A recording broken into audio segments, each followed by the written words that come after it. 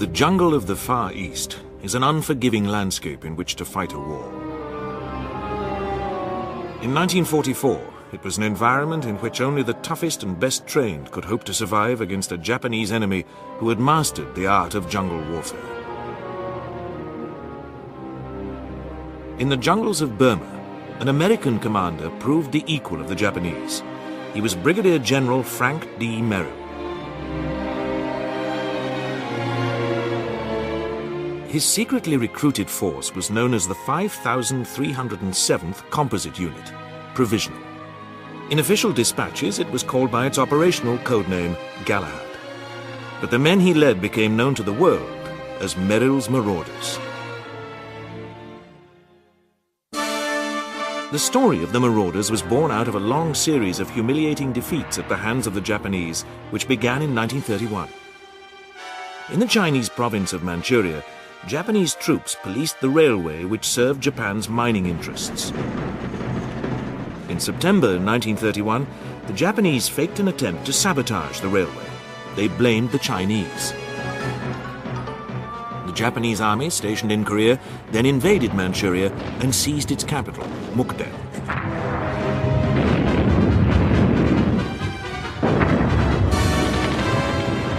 By the end of 1932, the Japanese had conquered the whole of Manchuria and parts of neighboring Mongolia.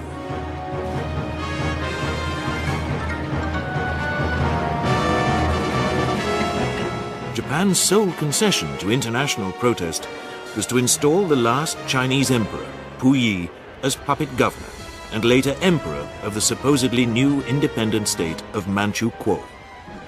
The League of Nations sent a team to report on Manchuria. We found that the Japanese occupation of this large part of China was not justified on the ground of self-defense, and that the new state which had been set up was a Japanese protectorate rather than a genuine case of Manchurian self-determination. The League condemned Japan as an aggressor nation. Son Excellence, Monsieur Matsuoka, délégué du Japon. I call on His Excellency, Monsieur Matsuoka, delegate of Japan.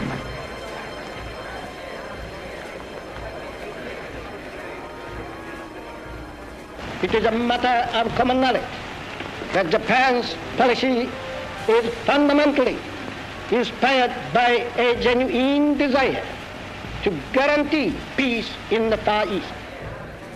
Having defied the League of Nations, the Japanese delegates walked out, never to return.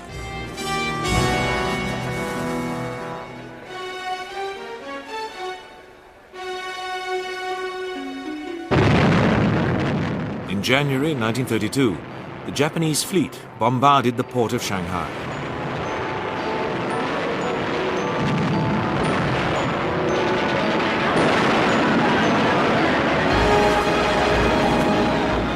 A savage air attack was launched against the Chinese section of the city.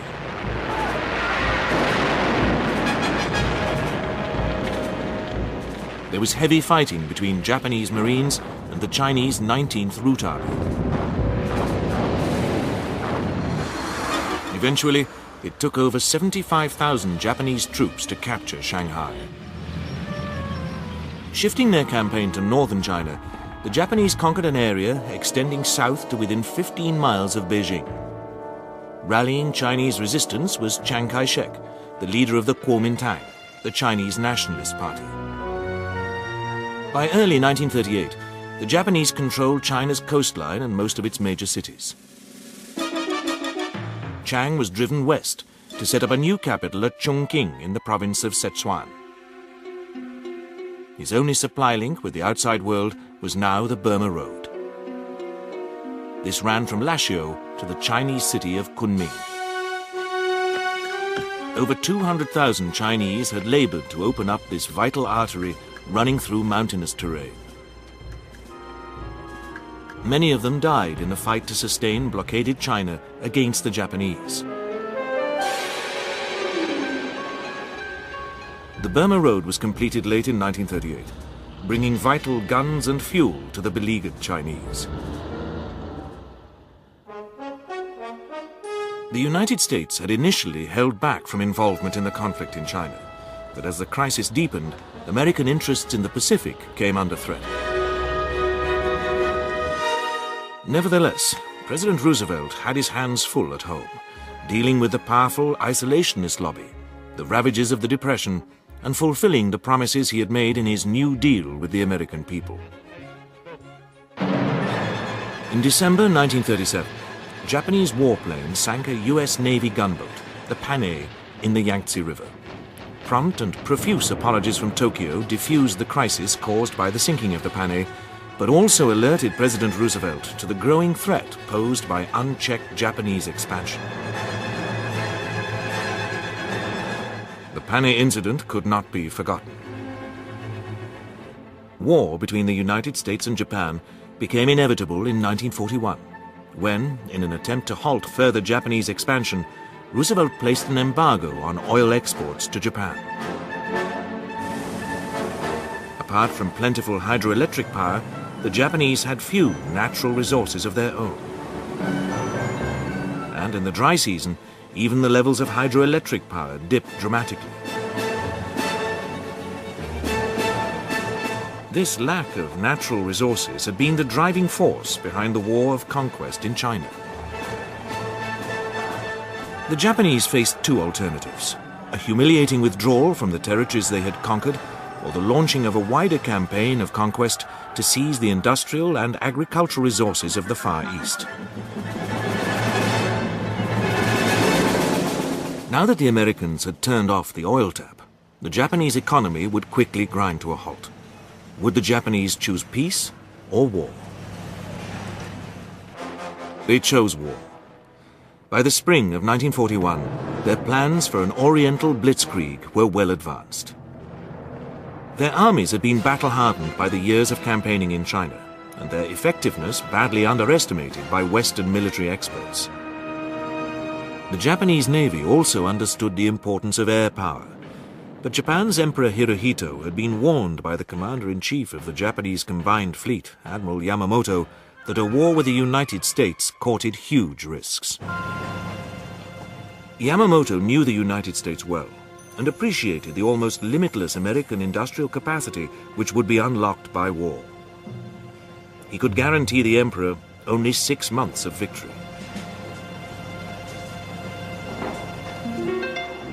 Yamamoto was less impressed by the two major colonial powers in the Far East, the Dutch and the British. The British stronghold in Singapore, the linchpin of their Far Eastern defences, seemed reassuringly secure. The troops defending the Malaysian peninsula were confident. But they had no tanks, and more seriously, lacked the air cover which the Japanese ground forces would enjoy. Like their transport, the troops were tied to the main roads. They had not been trained to fight in the jungle. Japan's ambitious war plans included an attack on the US Pacific Fleet's base at Pearl Harbor, the invasion of the Philippines, and the envelopment of the British and Dutch colonies. The Japanese Pacific Drive began with the attack on Pearl Harbor.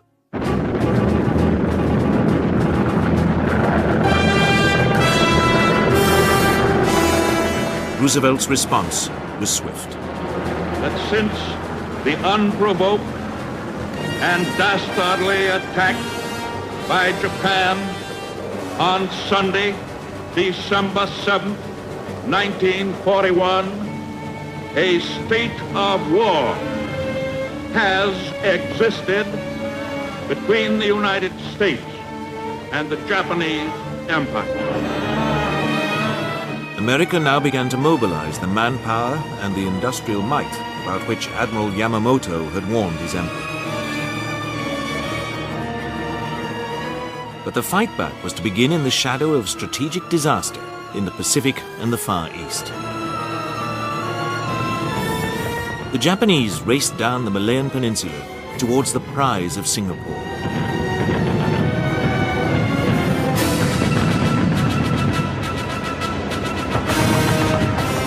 While the British kept to the main roads, the Japanese swarmed through the jungle, outflanking their enemy's main defense lines.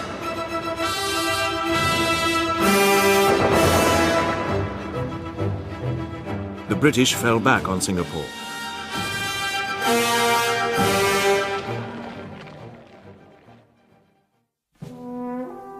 They evacuated their women and children.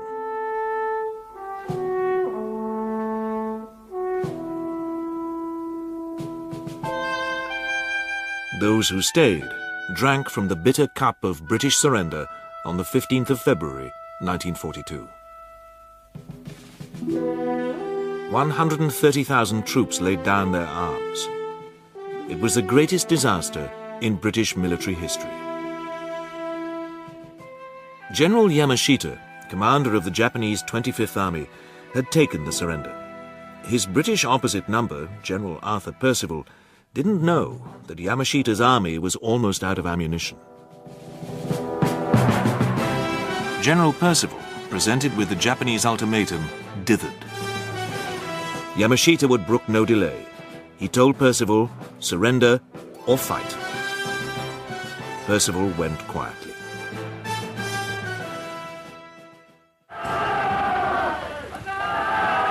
In a matter of weeks, the Japanese had shattered the myth of colonial invincibility.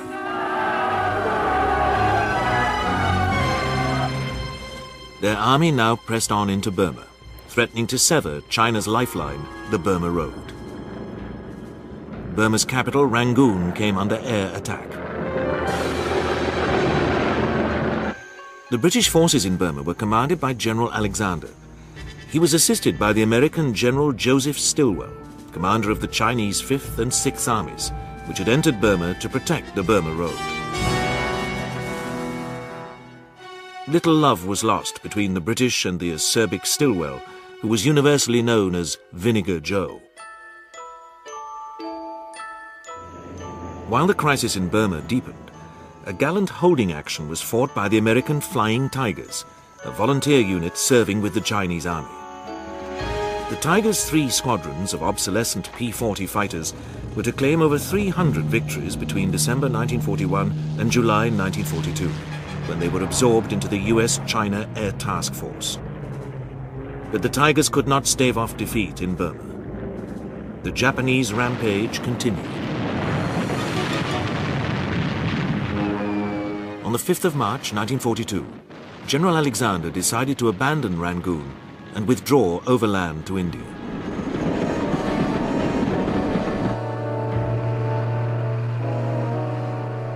The longest retreat in British military history began on roads clogged with refugees fleeing the Japanese.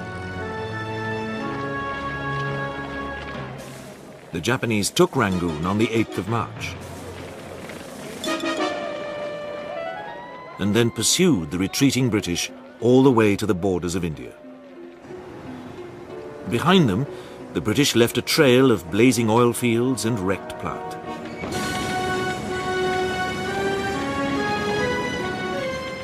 Hundreds of men were lost to malaria, dysentery, and tropical disease.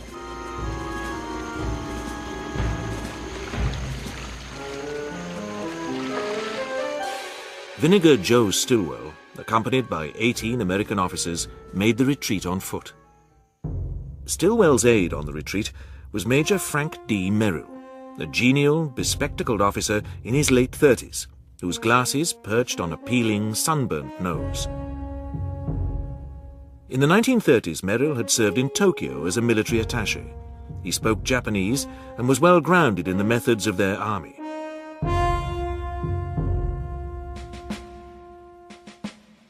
On the 20th of May, Stilwell's party reached the hill station at Imphal on the Indian frontier. The monsoon had broken. 2 weeks earlier, the Japanese had taken the island fortress of Corregidor in the Philippines, the last bastion of American resistance in the Far East. Bombing and shelling had reduced the once lush island to a blackened, lunar landscape. The Japanese landed on Corregidor early on the 6th of May. They suffered heavy casualties from the American beach defenses, but rapidly gained a foothold on the island.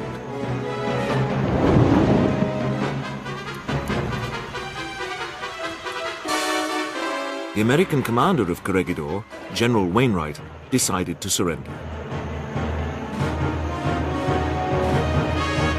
At a meeting later that day, the exhausted Wainwright, faced with the threat that the entire Corregidor garrison would be massacred, agreed to the surrender of all remaining American forces in the Philippines. The Americans had been humbled.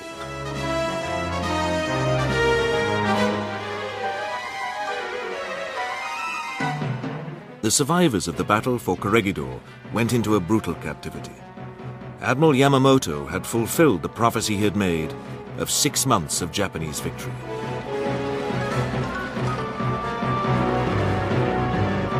During those 6 months, the Japanese had carved out an empire which put even Adolf Hitler's European conquests to shame. In India, Merrill was promoted to the rank of lieutenant colonel and awarded the Distinguished Service Medal for his work during the retreat from Burma. Stilwell was quoted as saying that the retreat had been as humiliating as hell. I think we should find what caused it, go back and retake Burma. But this was more easily said than done. Access to China was now only possible by way of airlift over the flanks of the Himalayas. Men, munitions and fuel would have to be flown over what was dubbed the hump. Transport aircraft took off from the base at Chabua in Assam to begin a 550-mile flight which would take them over mountains rising to a height of 20,000 feet.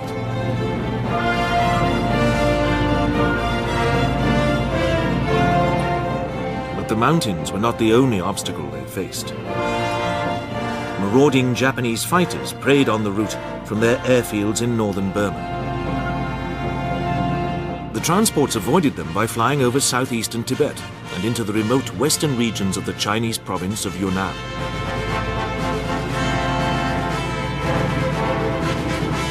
In 1942, the aircraft flying the hump managed to deliver just under 4,000 tons of supplies, a fraction of China's total needs.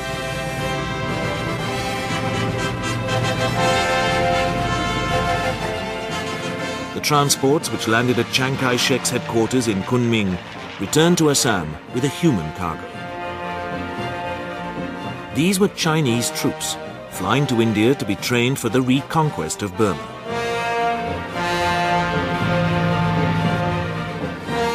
Camps had been established to house a new Chinese army, formed from the survivors of the fall of Burma and the fresh troops flown over the hump. Here they trained under the eagle eye of Vinegar Joe.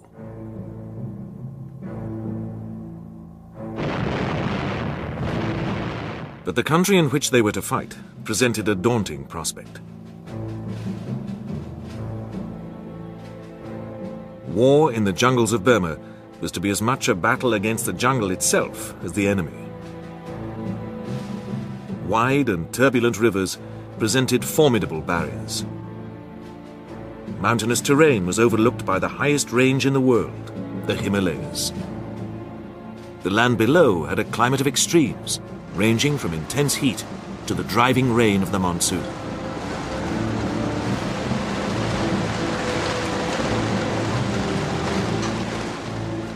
The region's swamps were a breeding ground for malarial mosquitoes. Cholera, beriberi, typhus and dysentery were the common lot of jungle troops. This was the terrain in which the fight had to be carried back to the Japanese.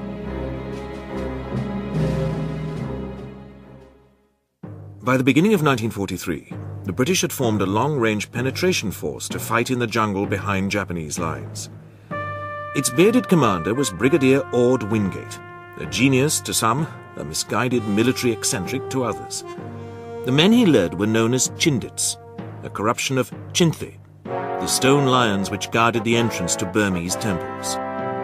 In February 1943, the Chindits, officially the 77th Indian Infantry Brigade, crossed the river Chindwin into Burma. Their mission was to attack Japanese outposts, cut railway lines and blow up bridges. The Chindit supplies were to be dropped from the air.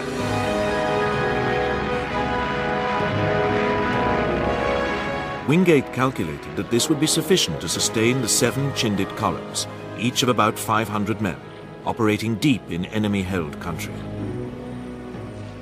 At first, the Japanese were taken by surprise.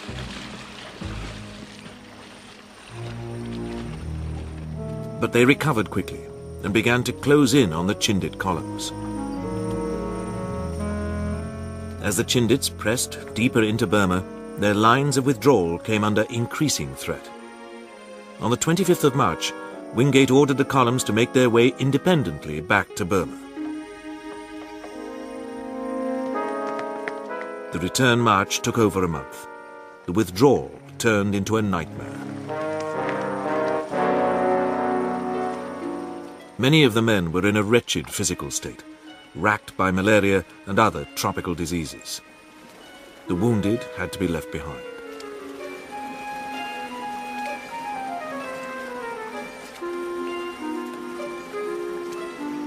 At the end of April, the exhausted Chindits began to trickle back into India. Their material achievements had been slight. Some railway lines had been cut and several hundred Japanese killed. But in terms of morale, the effect of the first Chindit expedition was incalculable. They had destroyed the myth of Japanese invincibility in the jungle.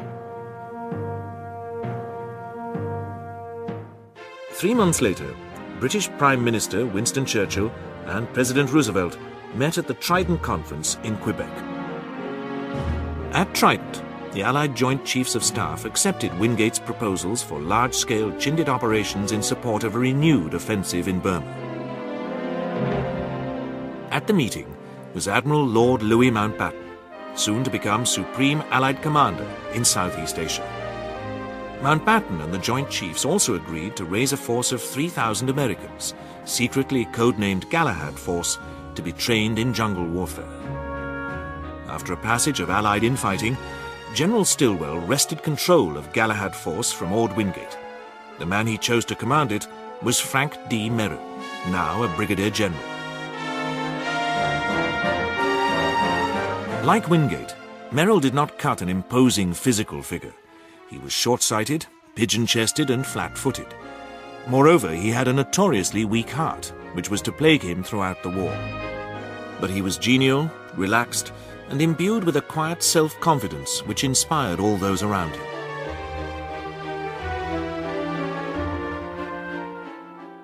By September 1943, the US War Department had begun to recruit jungle-trained and tested troops for Galahad Force.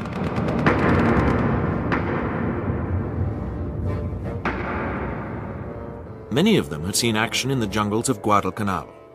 They were told that they were to be trained for a dangerous and hazardous mission.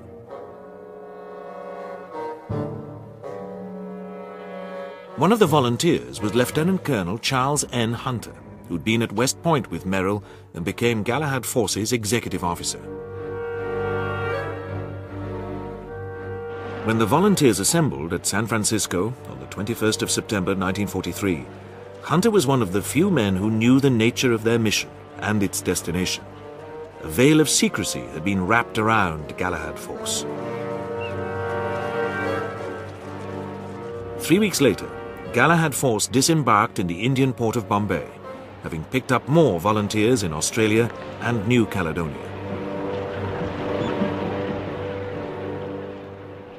It was not long before Mountbatten arrived to meet Merrill and inspect his men as they embarked on their training for jungle warfare. Chindits were drafted in to teach Merrill's men how to fight and survive in the jungle.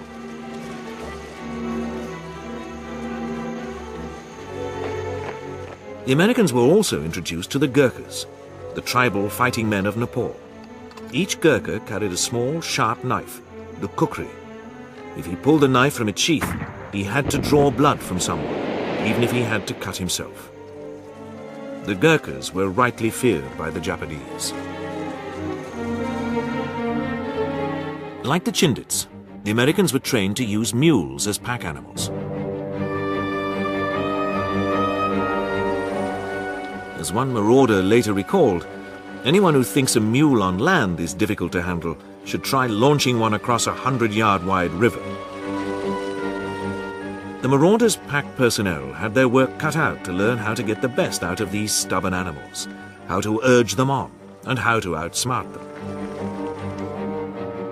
Also serving under Merrill were Nisei troops, Americans of Japanese descent. The Nisei were to play a vital role as interpreters and eavesdroppers on the enemy.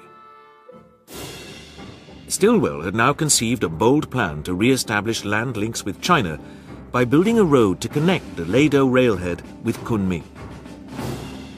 The so-called Lado Road, aimed at solving China's acute problems of supply, would become something of an obsession with Stilwell. The road would have to struggle eastward against the grain of a landscape in which mountain ranges and rivers ran from north to south. Construction work on the Lado Road began in December 1942.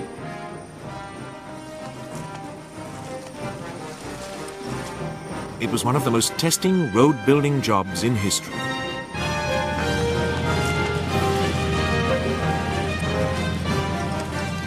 By February 1943, work on the road had stalled at the Burma-India border, halted by lack of equipment and Japanese resistance.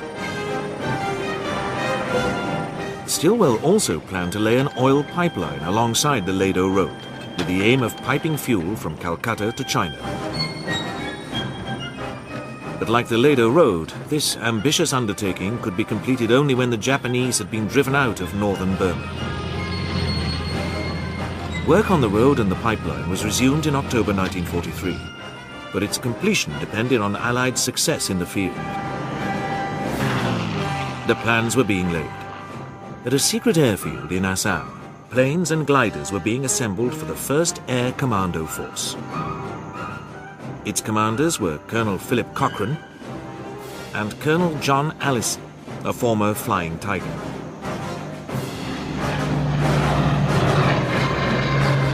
Cargo planes shuttled back and forth over the hump.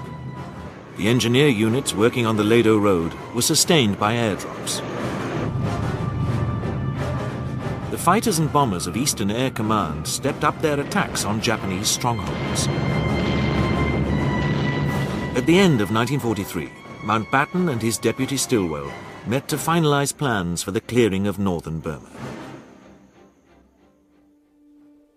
In the coastal region of the Arakan, scene of an earlier unsuccessful British campaign against the Japanese, the British 14th Army was to go on to the offensive.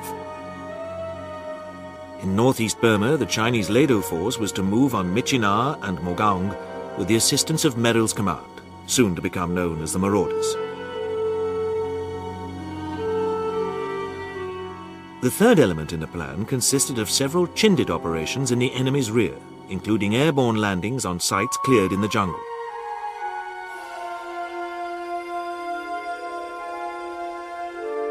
Finally, the Chinese Yunnan force was to strike from the east in a blow aimed at the vital Japanese transport hub at Myitkyina.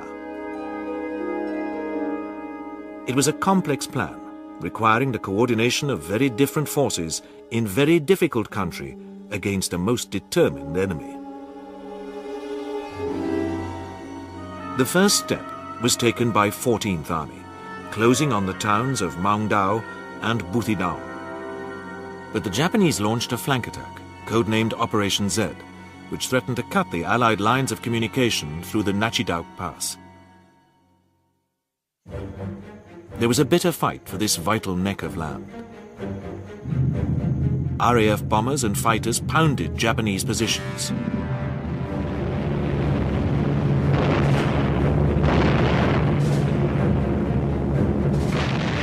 Meanwhile, British tanks clawed their way back into the Nachidauk, which the British had renamed the Okidoki Pass.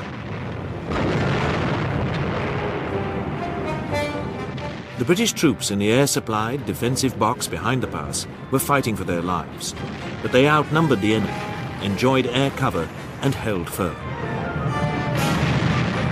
The Japanese were broken by British firepower. The Okidoki Pass was reopened at the end of February. Victory was in sight in the Arakan.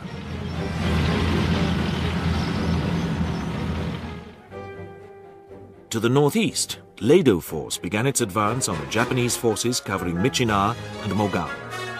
Merrill's force was to operate in a harassing role on its left flank. Merrill's Marauders had already had their baptism of fire. Early in 1944, Stilwell had employed them on the eastern flank of a Chinese offensive in the Hukaung Valley, on the distant approaches to Myitkyina. the fighting which lay ahead, the Marauders would find welcome allies in the Kachin tribesmen of northern Burma.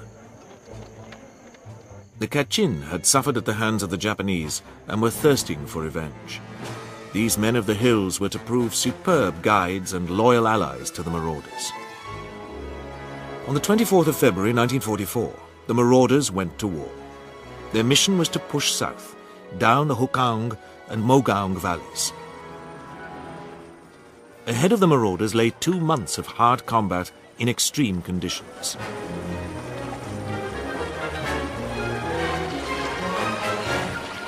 They were to march and fight through 500 miles of jungle, which would exact a heavy toll. Blocking the Marauders' path was the experienced Japanese 18th Division, commanded by General Shinchi Tanaka. While the Chinese hammered away at the enemy front, the Marauders thrust deep into the jungle in flanking actions behind the Japanese lines. The campaign saw the first pitched battles between American troops and the Japanese on the Asian mainland. In 2 major missions, the Marauders had marched and fought through 500 miles of exceptionally harsh country. The Marauders had come to terms with the jungle and had vindicated Wingate's tactics of air supply.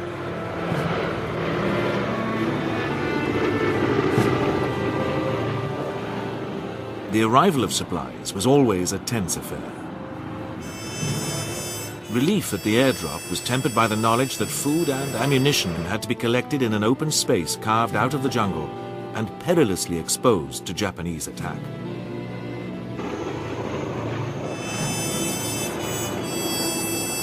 Everything from blood plasma to 75mm howitzers and their ammunition had to be delivered by air. Without this, there could be no campaign in the jungle.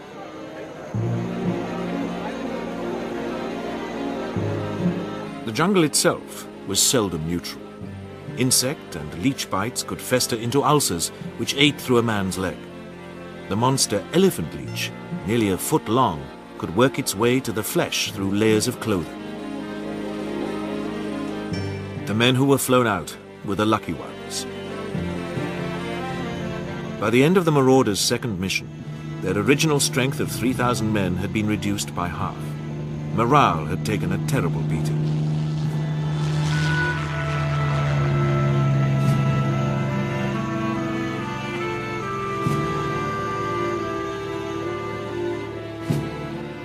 But there was still time to snatch brief moments of rest and relaxation with the Marauders' Kachin allies. Merrill had promised his men that they would be withdrawn after their second mission. But Vinegar Joe had a new task for the exhausted survivors of his command.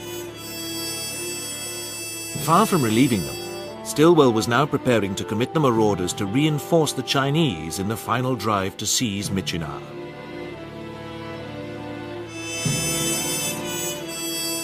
There was only a short time left for impromptu dances with the friendly Kachin.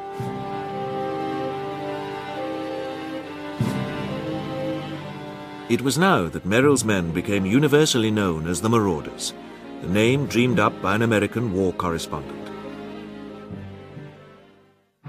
The supply planes droned overhead to deliver their weapons canisters.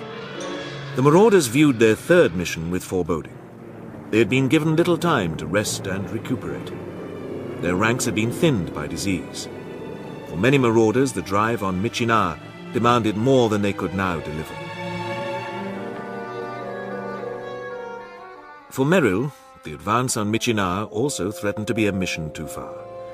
During the Marauders' second operation, he had suffered a heart attack, which had forced him to hand over operational control to Colonel Hunter. He was still recovering when the Marauders' third mission was launched at the end of April 1944. Merrill told the OSS men serving with him, his battalion commanders and the Chinese liaison officers, that a great prize awaited them at Myitkyina. The Marauders set off in 3 columns, codenamed H, K, and M. They had been trained in jungle warfare, but now they had orders to capture a major town. The march to Myitkyina began with a grueling trek over the 6,000-foot Kumon Range. The monsoon was also to break early. The march was exhausting to the men and their mules. No one knew from which quarter a Japanese counterattack might suddenly erupt from the jungle. It was a war of sudden actions against a hidden enemy. A Japanese outpost is detected ahead.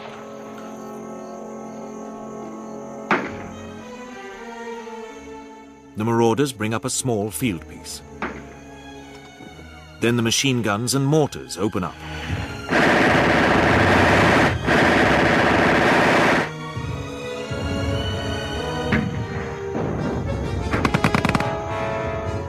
The Marauders move in for the kill. Another Japanese nest has been wiped out. Many more awaited the Marauders on the march to Michina.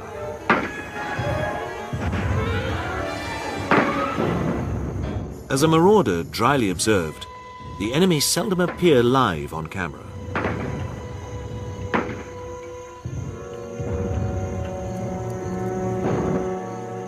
The Japanese were no longer masters of the jungle they had conquered. They were now suffering in this pitiless war fought silently and at close quarters.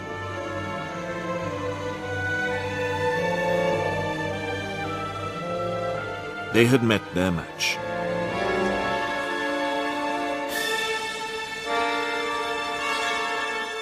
This Japanese bullet had come close. This one, even closer.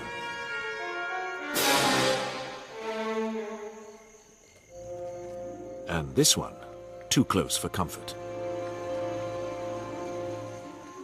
The evacuation of the wounded in the jungle was back-breaking work. But the advance had to be maintained. Many of the Marauders were already close to breaking point. Isolated Japanese patrols attempted to escape by river. Few of them made it. Men and mules fought and slithered their way through the jungle. Both were exhausted. Their mules' fetlocks ran with blood from maggot-infested sores. By now, every marauder had lost at least 25 pounds in weight. Amoebic dysentery, scrub typhus, against which there was no immunizing agent, malaria and combat fatigue were eating their way into Merrill's men. But they remained stoical. And their Japanese enemy was taking heavy casualties. Captors and captives were nearing the point of no return, which awaits all those who fight in the jungle. But the long march to Michina was nearly over. In mid-May, the men of H Force sighted their objective. Below them, the target, with its vital airfield, had already been reconnoitered by the Kachin guides and OSS men. The Japanese had been taken by surprise. Colonel Hunter decided to attack on the 17th of May, but first, airstrikes were called in. On cue, the fighter bombers of 10th Air Force arrived overhead. The few Japanese fighters which managed to scramble from the airstrip were swiftly shot down.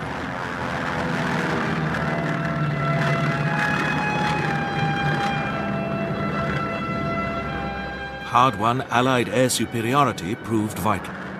The Japanese no longer controlled the jungle or the skies above.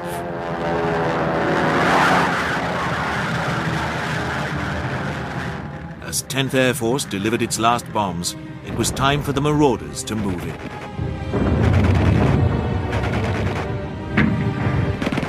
The attack went in like a service demonstration. As soon as Colonel Hunter considered his hold on the airstrip secure, he sent the pre-arranged code signal, Merchant of Venice, to bring in glider-borne reinforcements. It had been feared that the Japanese might attempt to put the airfield out of action, so aviation engineers had been placed on standby. But Hunter had radioed that the strip was in good condition. Hunter needed a quick injection of infantry and supplies so that he could move on Michina before the Japanese could rush in their own reinforcements. But when the gliders came in, they contained anti-aircraft units. What seemed like a sensible precaution at the headquarters of the India-Burma Army Air Force was to result in a prolonged and bloody struggle for Myitkyina.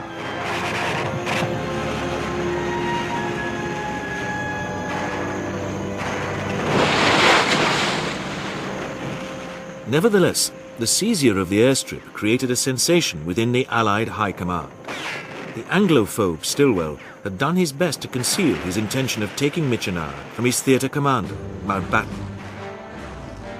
As the Americans consolidated their hold on the airstrip, a first-class row was brewing within the Allied High Command.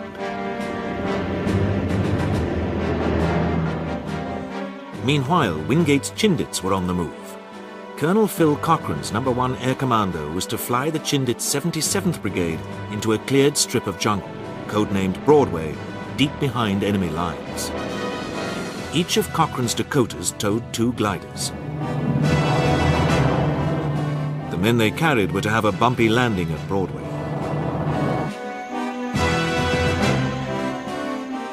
There were many killed and seriously injured. Immediately, engineers set to work, levelling Broadway to receive transports and fighters.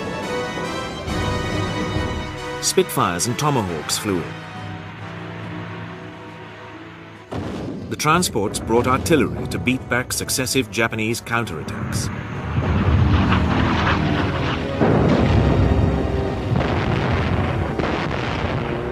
While air battles raged over Broadway, the Chindits established 2 more jungle strongholds. One of them, codenamed White City, lay astride the railway to Myitkyina.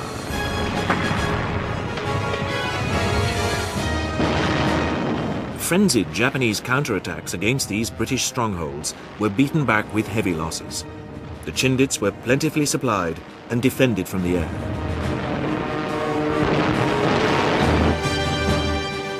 But on the evening of the 24th of March, the Chindits lost their inspirational commander, when the aircraft in which he'd been visiting the front line crashed into a mountain ridge. The Chindit base at Broadway remained as a vindication of Wingate's theories of jungle warfare. Now the Japanese initiated a long-planned offensive. On India's northeast frontier, 2 divisions drove on the hill station at Imphal.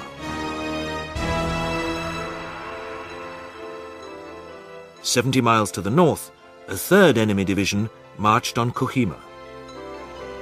To meet the Japanese offensive, reinforcements were transferred from the Arakan front. Once again, Allied airlift capacity was to prove vital. At Kohima, the British and Indian garrison clung on by their fingertips.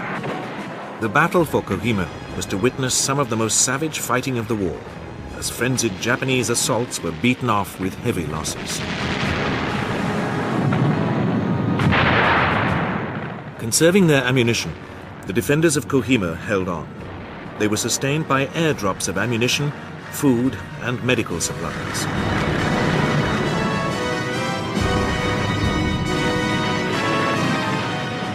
For 2 weeks, the British and Indian troops at Kohima fought off a Japanese force at least 3 times stronger. At the end of April, with the monsoon looming, the Chindits abandoned White City and Broadway. Many were evacuated, and those who remained were moved north and placed under the command of Vinegar Joe Stilwell. There was no respite for these men. They were ordered to take the heavily defended town of Mogaung to the west of Myitkyina. The battle for Mogaung lasted 16 days.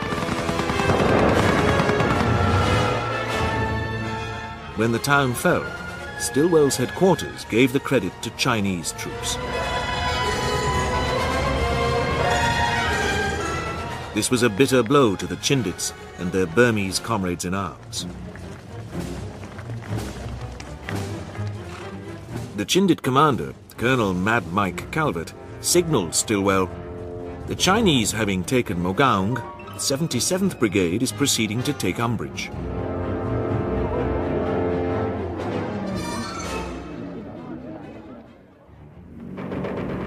Stilwell was to prove just as ruthless with the Marauders at Myitkyina. The failure fully to exploit the early capture of the airfield led to a siege of the town as the Japanese funneled in reinforcements. The Marauders were at the end of their tether. They had been promised that they would fight in Burma for only 3 months, but 6 months had now passed and there seemed no end to the fighting.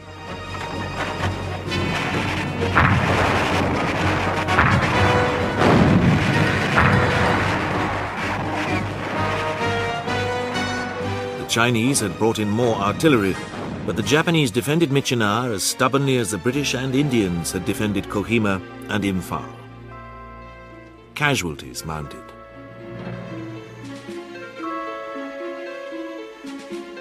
Eight out of every 10 Marauders were stricken with dysentery. Up to 100 sick men were being airlifted out every day. Men were falling asleep at their posts. Their commander, Frank D. Merrill, had succumbed to another heart attack.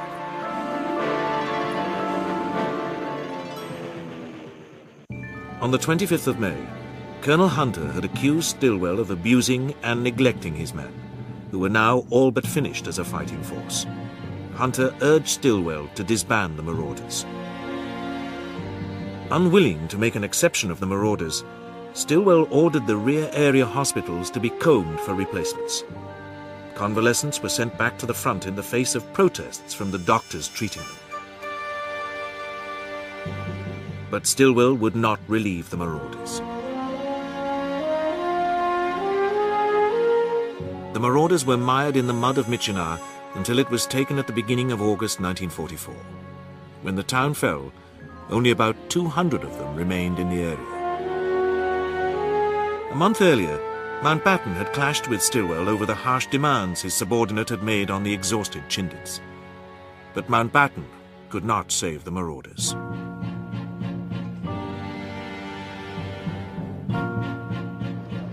Yet both forces of hardened jungle fighters had played their part in turning the tide against the Japanese in the spring of 1944. At Kohima and Imphal, the British had held the Japanese and then hurled them back into the jungle. The humiliation heaped on their shoulders during the loss of Malaya and Burma had been avenged. These victories, taken alongside the savage battle for Myitkyina, broke the back of the Japanese army in Burma. They set the Allies on the road to victory.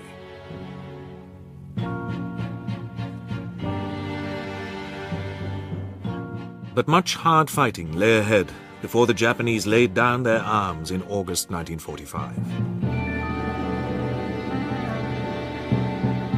12 months earlier, at the height of the battle for Myitkyina, Stilwell had written, "Mud, mud, mud, typhus, malaria and dysentery.